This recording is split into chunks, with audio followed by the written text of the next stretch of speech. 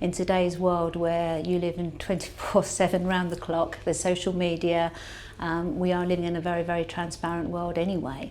So it's important that you have to work at that level. If you look at Transparency International's report, which is produced every year, in the UK we come 14th out of 177 countries for transparency. That is basically, straightness in dealing with business. It's about corruption and things like that. So we do need to remember that in a globalized world, we're not squeaky clean. The Scandinavians are above us, but we don't do that badly. It is about communication, of course, but there's formal communication and informal communication. So formal communication, and it's communication externally and equally internally. You've got to be communicating consistently with your external stakeholders and your employees.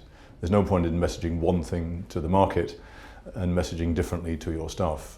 People, employees and customers see through that immediately. So you have to be consistent in your communication. We make it very clear from whether it's on our website right the way through in our communications. And in fact, I've seen increased effort on that. Communications, as I said, from the top right the way through to make certain there's understanding within the organisation, but massively of all our key stakeholders, from the countries we operate through to political parties, the whole lot, that it's really important. So there's a limit to what transparency itself can offer.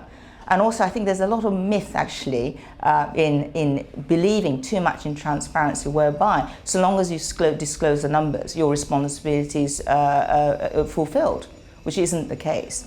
And also, what you disclose obviously has to be reliable. Transparency is a very difficult one because we want to be transparent, and the pledge to be transparent is very important. But I totally agree that there are too much information sometimes is unhelpful. If you actually disclose or are obliged to disclose everything, first of all, there is an issue in regard to whether you're giving away trade secrets, etc. And of course, we've mentioned competitiveness, so you could impact negatively on your competitiveness as an organisation.